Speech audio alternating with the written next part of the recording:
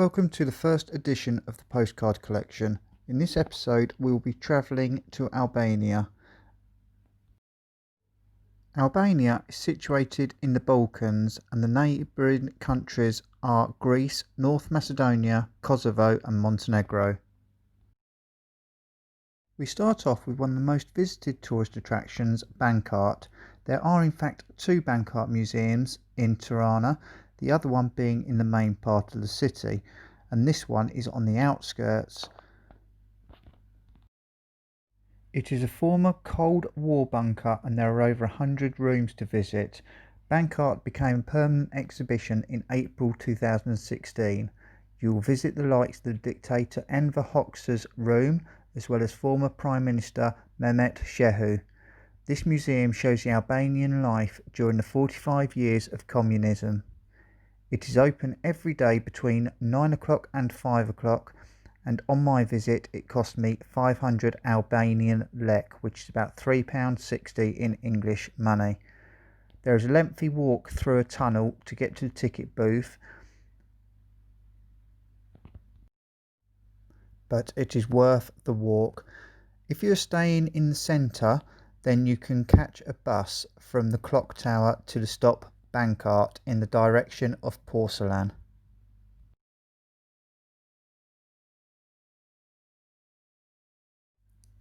We now move on to the smaller of the two museums, Bank Art 2, which is in the centre of Tirana, just off Skanderbeg Square.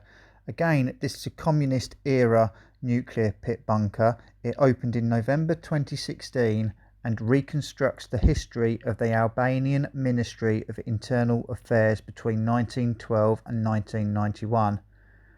This is open 9 o'clock till 6 o'clock.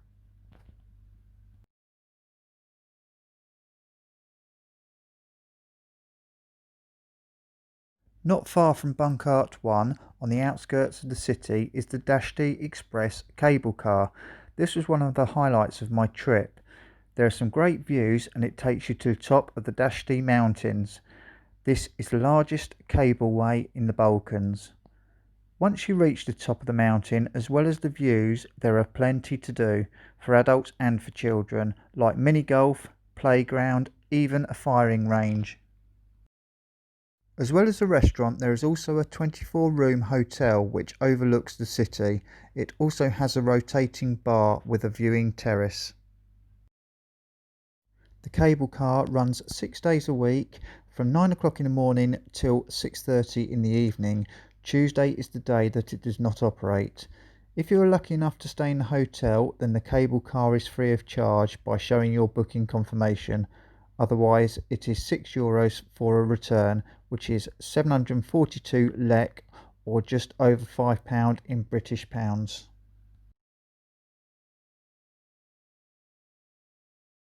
The main square is Skanderbeg Square in the centre and is named after the national hero Georgi Kastriotti Skanderbeg.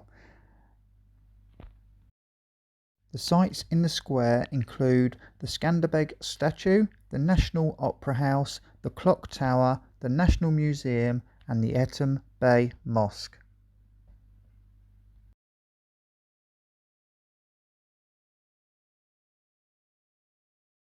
We now move on to the Grand Park, which is a great recreational area complete with a large artificial lake in 710 acres. The park was built between 1955 and 1956 and is also home to the Presidential Palace and various memorials. The memorials include British and Australian soldiers fallen during World War II. There are also bars and restaurants in the park to enjoy. The park is situated just behind the university in the Buloku district and well worth a visit.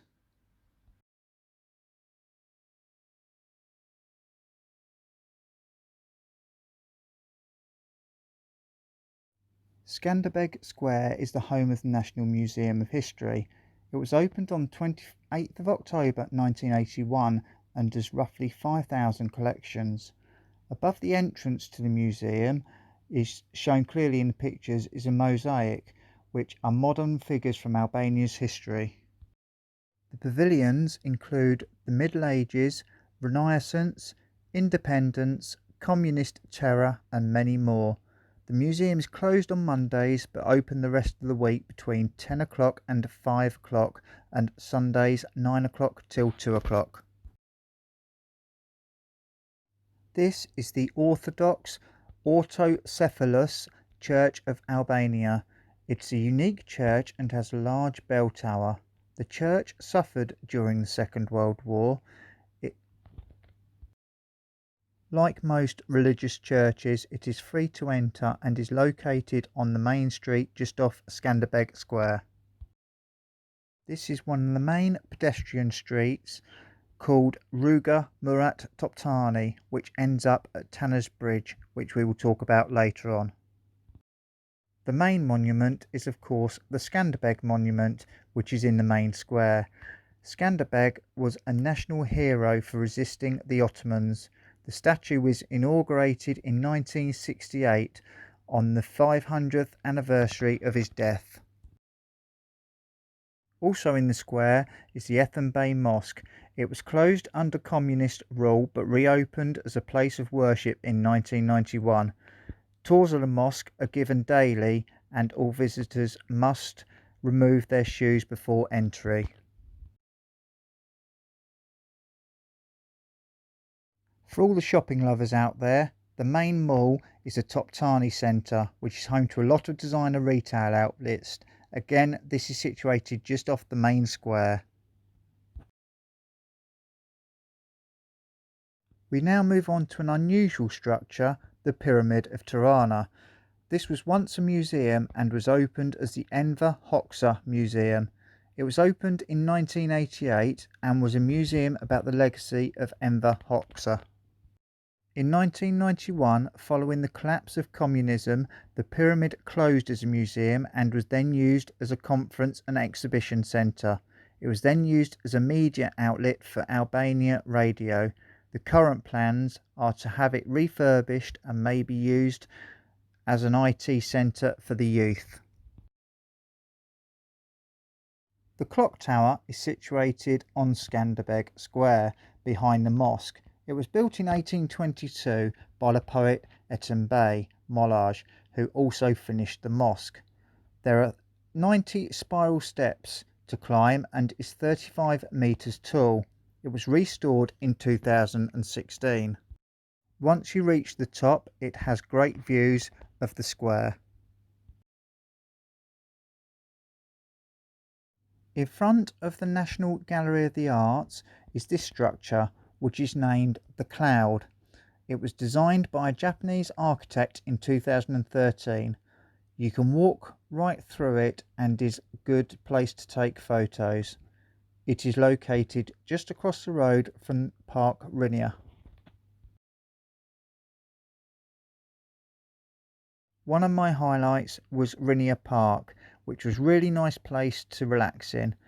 It is home to the I Love Tirana sign, a restaurant, casino, water fountains which were amazing, especially at night, and the best views to see the whole park is from the Sky Tower, which is the other side of the river. Next to the pyramid is the Peace Bell. It has quite a lovely history. It represents hope and peace and is made from 20,000 bullet cartridges that were gathered by children in 1997. You can also ring the bell.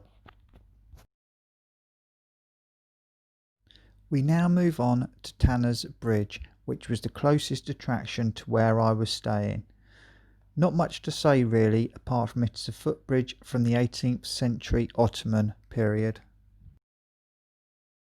Moving on now to Post Block, or as it is also known, Checkpoint Monument. This is in fact part of the Berlin Wall, which was brought over to Albania. The Great Mosque of Tirana is one of the largest mosques and has gone through a lot of damage in past wars. When I visited, it was still being renovated, and when finished I am sure it would be one of the nicest mosques around. For all you sports fans out there, We now move to National Stadium, the Kemal Mustafa Stadium. Unfortunately, when I visited, it was still being built. I visited early 2019 and the first match, I believe, was at the end of that year. Although I could not do my usual tour of stadiums, or at least take a look inside, it looked very impressive from the outside. Another monument now, and this is called the Friendship Monument. It shows the 50 years of friendship between Albania and Kuwait. It is located in a small park close to the city's main square. In front of the Grand Park you will find the Polytechnic University of Tirana. I thought it was quite an impressive building which is situated in Mother Teresa Square.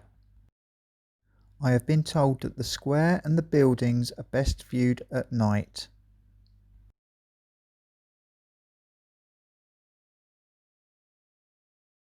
The dictator Enver Hoxha lived in this house, which is a private residence in the Buloku area of the city.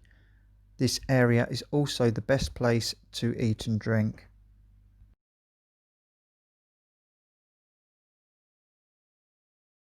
Kaplan Pasha's tomb is a monumental tomb and is located in the centre of Tirana, just 100 metres away from Skanderbeg Square. Another monument close by is the Unknown Partisan Monument, which is a tribute to nationally symbolic figures.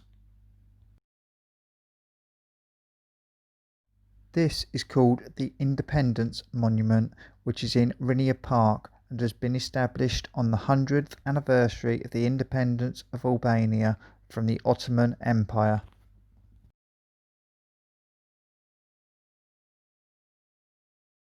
We now move on to the Fortress of Justinian, which is next to Parliament. Inside the fortress are a few bars and cafes, and it's a lovely place to relax and have something to eat and drink. It is lovely in the summer evenings. We now move back to the main square and to the National Theatre of Opera and Ballet. It is the largest theatre in the country and was founded on November 29th, 1953. And in 2016 the Prime Minister of Albania announced that it will be reconstructed. As I had a bit of time on my hands one afternoon, I decided to visit the zoo. I've been to a few zoos in my time, and this one is probably the smallest, and the cages were tiny for animals such as lions. However, it was very cheap to get in. If you're a gambler, the Regency Casino is a must. It is an impressive building in Rina Park. Back to sport now, and the stadium that I did manage to get in was the home of KF Tirana, which is the most successful club in Albania. They were founded in 1920, so as this documentary is coming out, the club are celebrating 100 years. They currently play at the Selman Starmasi Stadium.